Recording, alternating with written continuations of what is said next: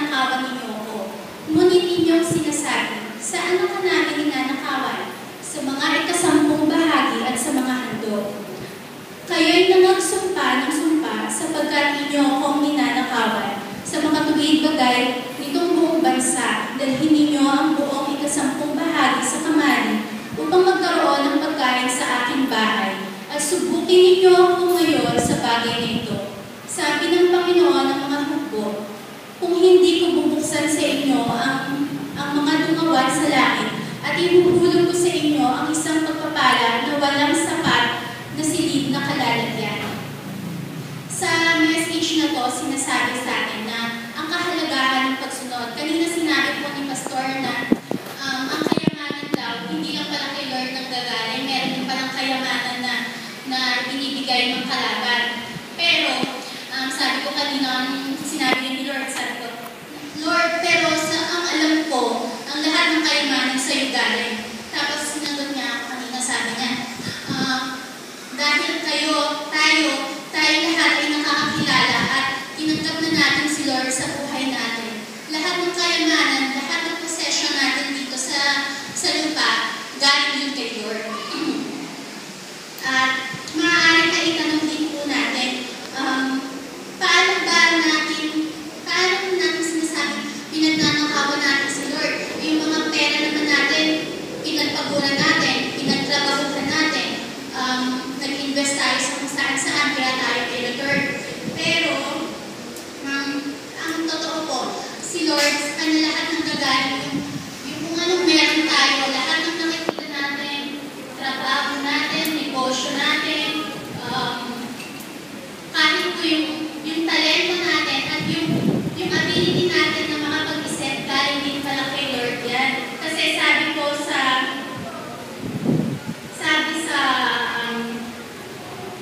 Deuteronomy chapter 8 verse 18, remember the Lord your God, it is He who gives you the ability to produce wealth. Lahat po ng kakayahan natin, yung mga ginagawa natin para matapos natin ang trabaho natin, yung mga ginagawa natin para mapagtagumpayan o maitaas natin yung negosyo natin, lahat yun galing kay Lord. Kaya sabi dito po, 10% lang yung hinihingi niya.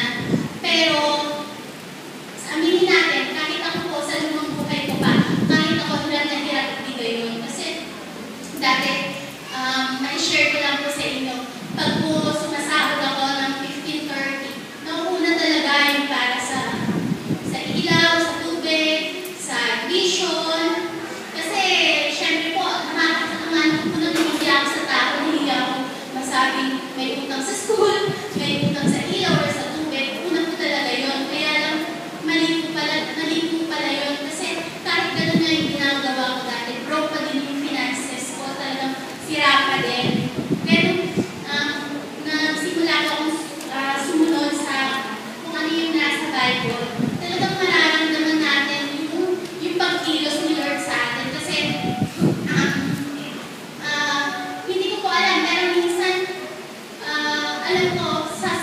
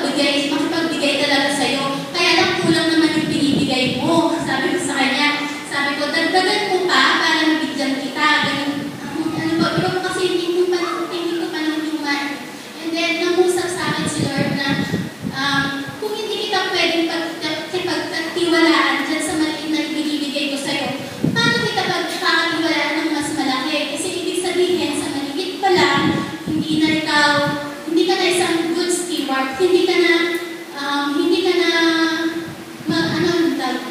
yung mabuting tagapamahala sa fruits ko. So, bakit kita pagkakatiwalaan ng mas malaki? So, yun po yung binulong sa akin ni Lord. At doon po ako talaga biglang nag-change po yung mindset ko na tama nga, Lord. Bakit mo ako i-bless ng mas malaki kung sa maliit pa lang na to, hindi ko na kaya ibigay yung para sa'yo. Tapos po, may reminder pa rin sa akin si Lord na kung gagawin mo to, tapos sa 2 Corinthians chapter 9 verse, sandali po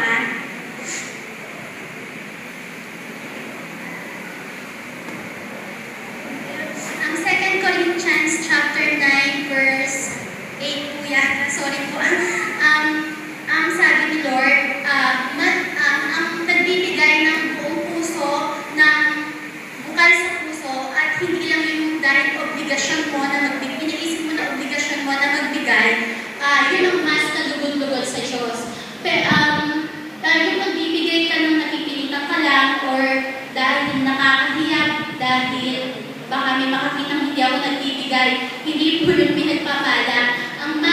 Ang gusto ni Lord yung nagbibigay ka ng bukal sa puso mo, ng buong puso, at ginagawa mo yun, hindi lang dahil sa obligasyon na ginagawa natin yun, dahil gusto natin sumunod, maging obedient tayo sa nakalagay sa Bible, at gusto natin ibigay yung buong tiwala natin, 100% na trust natin kay Lord na siya ang bahala, kasi si Lord hindi naman siya nagkukulang. Siya yung magbibigay sa atin ng overflowing, ng abundance, ng all-sufficient na lahat ng pangangailangan natin. Mga kapatid, taas na lang po natin ang ating mga kaloob at magpasalamat tayo kay Lord. Father God, maraming salamat po sa mga kaloob na ito. Maraming salamat po sa opportunity na ibinigay niyo po sa bawat isa sa amin na makapagbigay sa iyo, Father God. Sa mga kapatid po namin, may heart's desire din po sila na makapagbigay. Ngunit hindi pa po nila magawa, Lord. Bigyan niyo po sila ng wisdom,